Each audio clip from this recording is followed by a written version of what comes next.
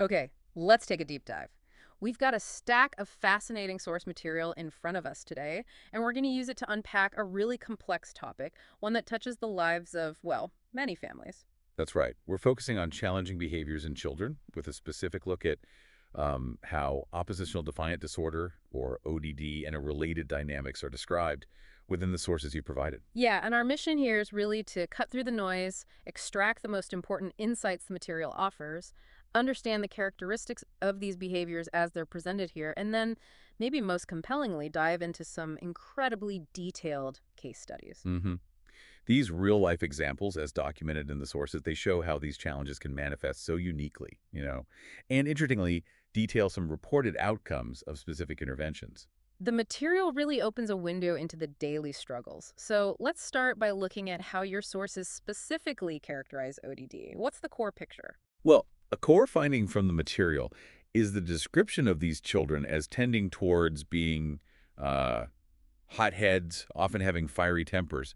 They intensely dislike being told what to do, Intensely dislike it. and sometimes by anyone at all, it seems. And the sources make it clear this isn't just like typical childhood resistance, Yeah, right? The material emphasizes how these behaviors can be exaggerated versions of common child rearing issues. exactly. Think of the battles over things like tidying up, taking baths, doing homework. Right, or just following simple instructions. Absolutely. The sources paint a picture where daily life can feel like navigating a minefield. The behaviors can make even simple requests challenging, Yeah. leading some parents, according to the material, to even feel afraid of provoking their child. Any interaction could potentially escalate. Wow. Into a major fight. And these aren't fleeting moments, are they? The material notes that these difficulties, including tantrums, can persist well into later childhood. They really can, pushing the limits of patience for parents, family, teachers, really anyone interacting with them. So, looking at the early years, the sources suggest that some of these behaviors might show up quite early. That's what the material indicates. Signs in infancy like um, fussiness, colic, and significant difficulty being quieted or soothed. It makes you wonder how that initial presentation shapes things down the road, and the sources do note how this can influence the parent's perception. Right. The child might start to be seen as inherently difficult or bad, maybe, leading parents to anticipate non-compliant responses. They're already expecting a no. Exactly, even before a request is made. And from the child's perspective, the material describes potential inner experiences like helplessness, neediness, and deep frustration. Which often leads parents to attempt to gain control, as the sources put it, particularly around key areas. Yeah, like talking, eating, sleeping, or toileting, those classic battlegrounds. Which, as the sources detail, can inadvertently create a cycle. Parental attempts at setting limits and discipline can be inconsistent. Right. Sometimes appropriate consequences, but other times maybe hollow threats. Or punishments that get abandoned because the child's defiance just. It causes the parents to lose their own composure. It's exhausting just thinking about it. It really is. Now, what's particularly interesting from the sources is a British study that's mentioned. It suggests that early defiant behavior can be observed in both boys and girls. Oh, okay. But the perception differs dramatically, right? I remember reading that. The study found fathers in the source material tended to report boys as more aggressive. Yes, but teachers and other observers didn't report a significant gender difference in that specific study. Our mothers. Mothers, surprisingly, perceived girls as more aggressive than boys, according to that source. That's fascinating. That nuance about parental perception is a key takeaway from that source, isn't it? It really is. And marked gender differences in aggression, specifically favoring boys, are reported to emerge later, typically between the ages of 3 and 6. Okay. So, moving beyond the home dynamics, the sources also delve into how these behaviors impact academic and social life. They do. The material references features described by Dr. Jerry Weiner, things like dawdling, procrastinating. Or appearing to forget or fail to hear instructions entirely. Conveniently, perhaps. Well, that's how it can seem. And this frequently translates into school underachievement, according to the sources. Children may fail to complete work, forget assignments. Turn them in late.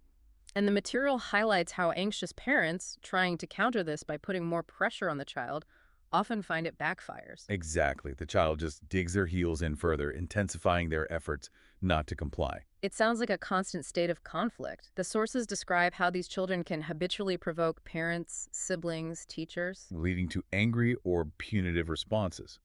which in turn fuels the children's tendency to argue, blame others, and lose their tempers. It's a vicious cycle. Yeah. The sources use the term adaptive failure, particularly in the school environment. Right. And this cycle, coupled with the chronic criticism they often receive, Mm-hmm. can contribute significantly to low self-esteem. You can see how that would happen. And from their perspective, as described in the sources, they often feel unfairly picked on. They genuinely believe their reactions are reasonable given the unfair treatment they perceive they're receiving. It's a difficult dynamic all around. Everyone feels misunderstood and mistreated. So, transitioning to associated conditions, the sources cite research indicating that, roughly 20% of adolescents experience behavioral difficulties severe enough to impact their social and psychological functioning? That's the figure mentioned, yeah. With some being labeled as simply rebellious. The material notes that parental distress is a common reason for seeking help, particularly when adolescents exhibit persistent hostility, argumentativeness. Offensiveness, aggression, or hatefulness toward authority figures or siblings. It sounds really tough. It does. And the sources list a range of common concurrent diagnoses, things like intellectual disability, learning disabilities, language disorders.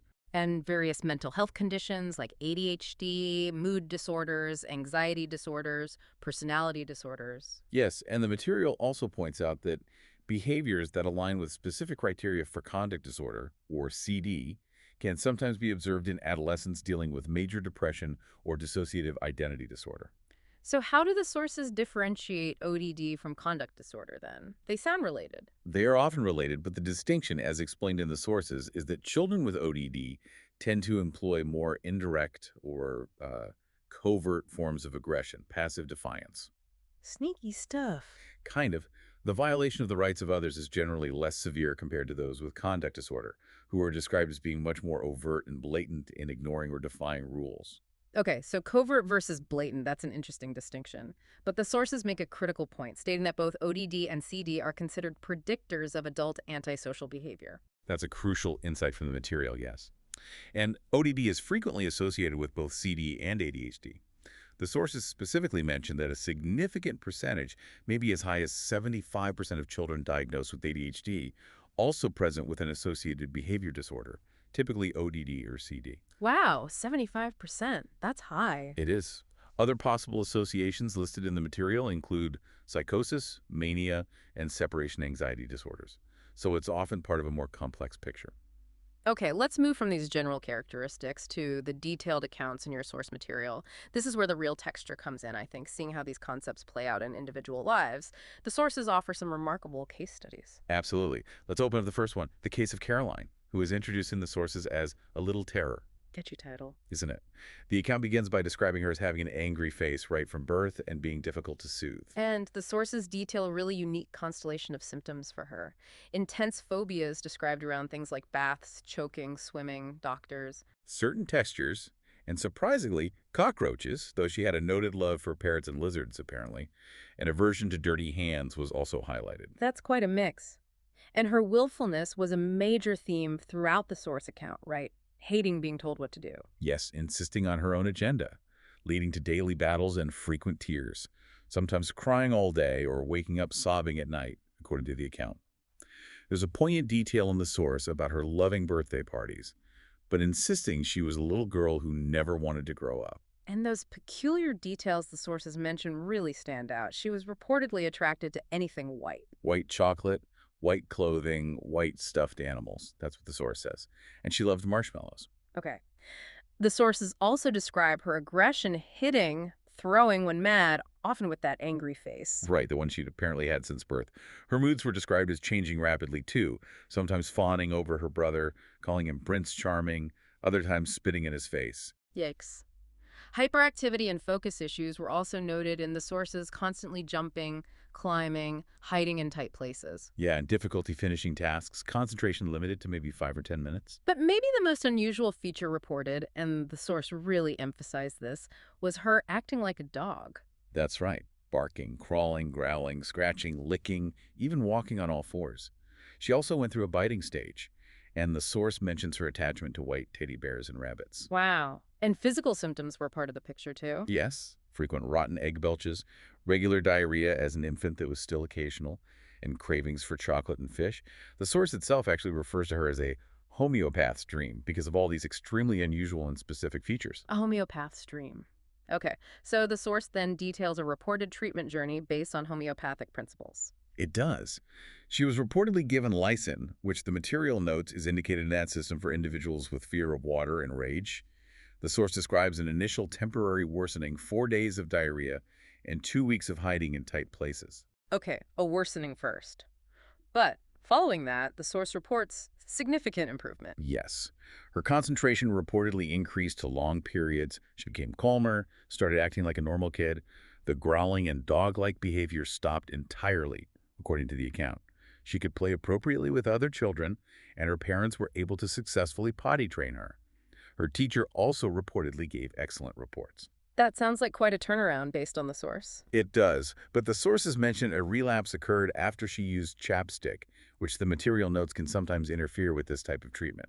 Her symptoms returned. Ah, okay. So Lysin was reportedly repeated. Yes, and this time her attention improved. Her attitude became more flexible. She cried for only 5 minutes when upset, stopped waking with an angry scowl, and issues with food textures and water became less problematic, according to the source. But then new fears emerged. That's what the source describes. She became clingy, fearful of strangers, insisted on looking at pictures of herself as a baby, and countered anyone calling her a big girl by saying she was a baby who didn't want to grow up. New fears of witches, monsters, ghosts, the dark, animals with sharp teeth. So the symptom picture changed. Exactly, which, according to the principles of this approach presented in the source, indicated a different remedy was needed.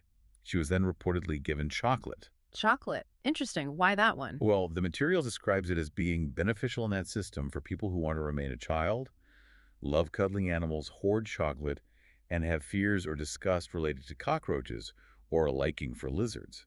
A combination the source felt fit Caroline's new and ongoing symptoms. That is specific. And the reported outcome after the chocolate dose as detailed in the source. Quite dramatic, according to the account. 3 months later, her mother reportedly described a 97% improvement overall, calling her a miracle child, and stating it was like night and day, a change from naughty to nice. 97%. Wow. Yeah. The source notes she was always saying, good. Water no longer bothered her, never woke up crying, was easy to handle. Her father was amazed. Teachers and OTs reported she was doing wonderfully. She could even sit through church and reportedly lost her taste for chocolate. Remarkable details reported in that source account. It concludes by noting she continued to do very well over 2 years, needing subsequent doses of Lysin and, at one point, Druvir for a cough. The material interestingly notes that Druvir is made from a carnivorous plant, drawing a connection back to the animal themes present throughout her case description. Fascinating threads there. Let's turn now to the case of Tony, described in the sources as, I'm mean, 7 years old, special ed. Right, and teachers were reportedly pushing for stimulant medication. He was already on conventional medication for seizures he'd had since age 2. Okay. So his symptoms, according to the source, Included being restless, unfocused, aggressive, and having what was described as a mean streak, reportedly inherited from his abusive father.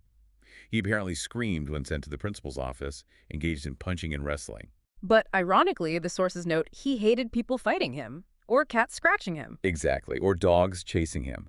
At home, the source says he bullied his little sister, hitting or tackling her, very active, loved jump rope, hide and seek, even did jumping jacks during the interview, according to the account. And he had this fascination with big cats. Yes, lions, tigers, Hmm. particularly their sharp teeth and eating other animals. That's highlighted in the source. There's a disturbing detail about him saying, I like to kill birds, and his mother reportedly finding a dead bird. He also reportedly wanted to tie everybody up so they won't be mean to me. Oof. Living with him was described as difficult, stomping, name-calling. Crying easily, contrary, disobedient, interrupting constantly, not listening, talking back, throwing toys, the whole 9 yards, according to the source. And notable habits mentioned, too. Nose-picking, teeth grinding. Constant nose-picking and grinding his teeth, yes. And he reportedly hated being looked at. The source notes a homeopathic perspective that aligns with many of these symptoms, cyno or worm seed. Yet, described in this system for fussy, obstinate, disobedient kids with tantrums up to age 9 or 10 who pick their noses, grind their teeth, often with a history of pinworms and seizures. That was the medicine reportedly prescribed based on that system. Okay. And the reported outcomes from the source for Tony? 2.5 months later, The source reports Tony himself commented, "I'm being a little nicer." He hadn't been sent to the principal's office, was reportedly getting along better with his sister, and had stopped the nose-picking and teeth-grinding. And the seizures? He hadn't had any since starting the treatment, the source states, although he was still on his conventional medication for them at that point. Okay. Was there a relapse mentioned? Yes, the source notes one occurred after a hepatitis B immunization and a diagnosed ear infection. Another dose of Cena reportedly cleared up the ear problems quickly, and his behavior improved again. And the long term? The account concludes by mentioning he reportedly needed Cena at 2 to 4 month intervals, eventually moved to a regular classroom, interacting well with peers, and a year after starting, his EEG was reportedly normal, indicating no seizure activity according to the source. These cases are full of such granular details. Let's look at Liz, an expert at pushing the envelope, 8 years old. And reportedly, so sassy she typically wore out at least 3 adults in a day.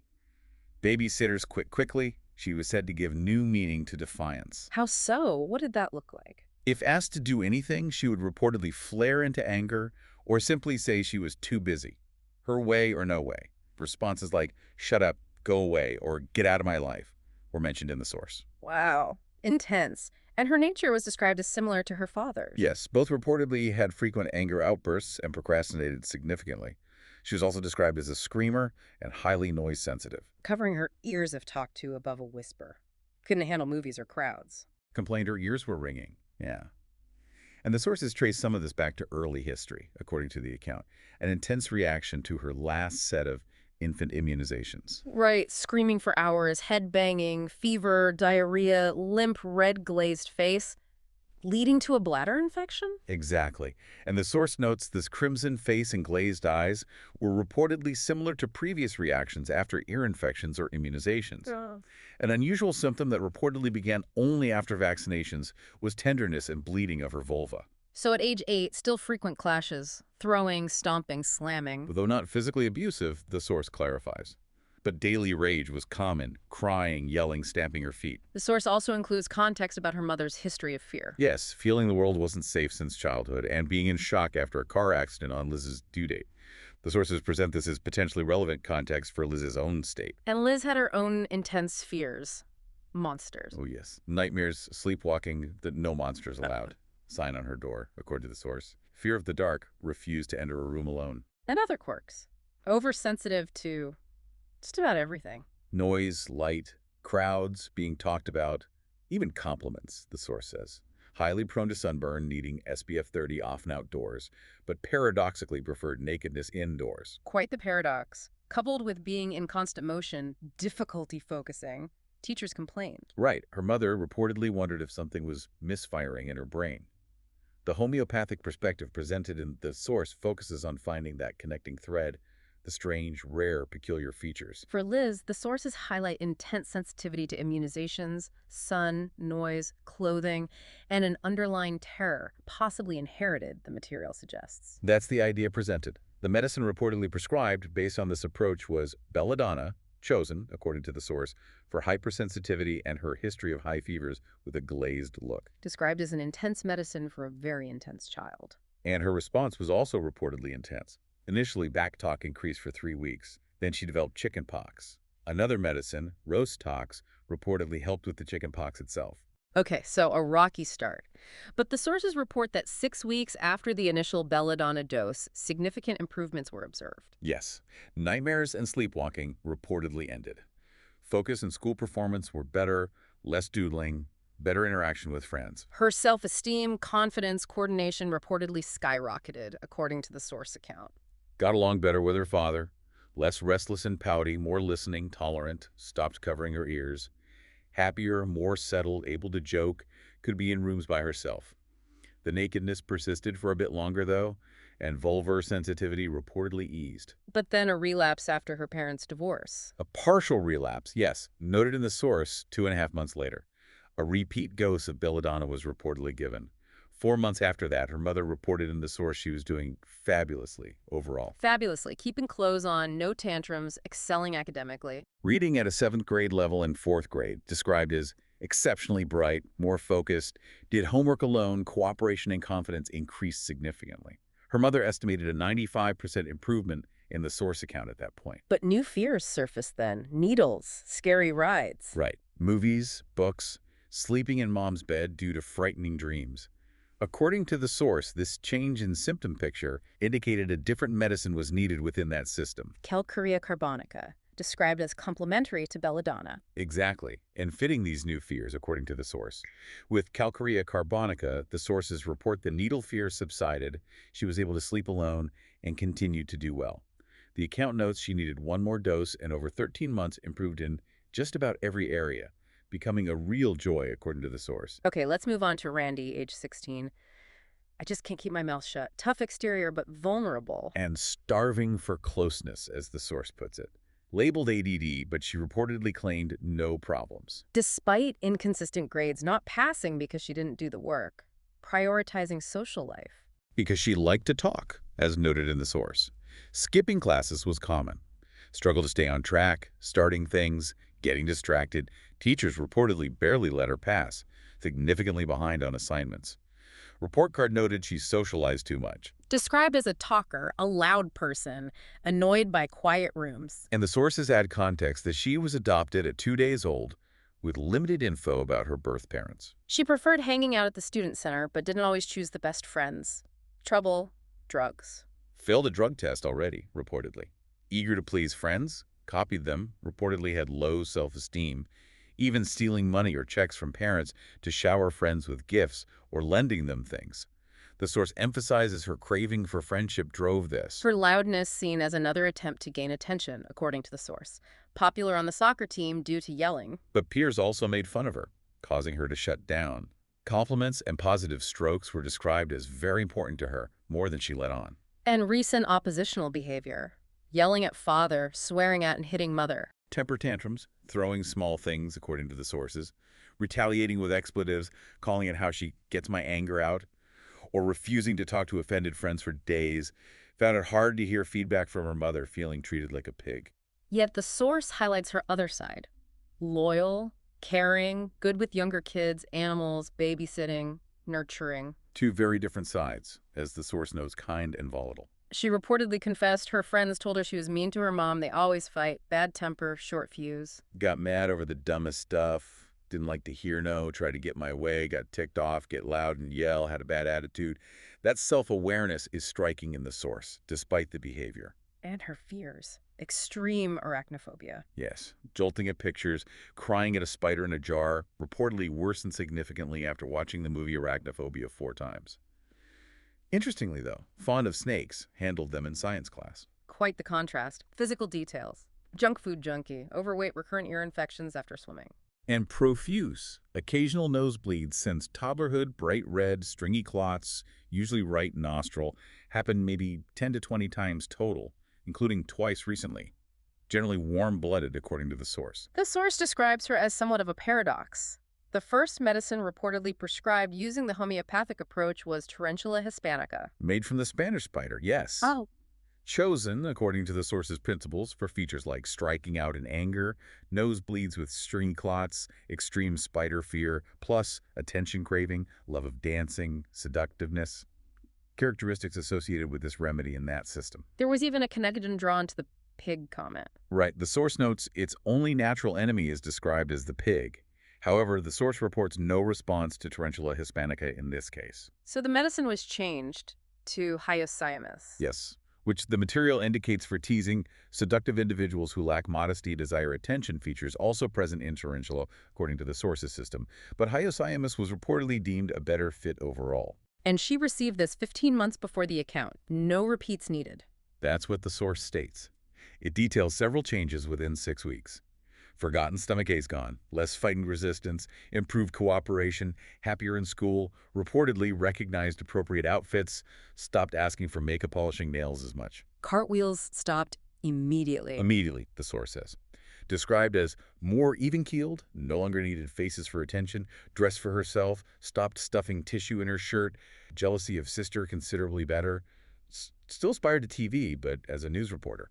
Continued progress reported too. Reading nonstop, more affectionate, talking more with parents. Getting less mad, reportedly saying, little things don't set me off as much. No nosebleeds, headaches gone. But a relapse after dental work, mouthier. Yes, But another dose reportedly made her calmer, described in the source as a night and day difference. She reportedly said she was thinking before I act and talking a lot less, feeling much better about herself. So 8 months after starting, described as happy, calm, relaxed. Less frustrated, getting along better with her mother. Over a year later, the account concludes she was enjoying college, free of nosebleeds, doing well, and hadn't needed care for 8 months. Okay, next we have Corky. Hot-tempered, just like his dad. Challenging young man.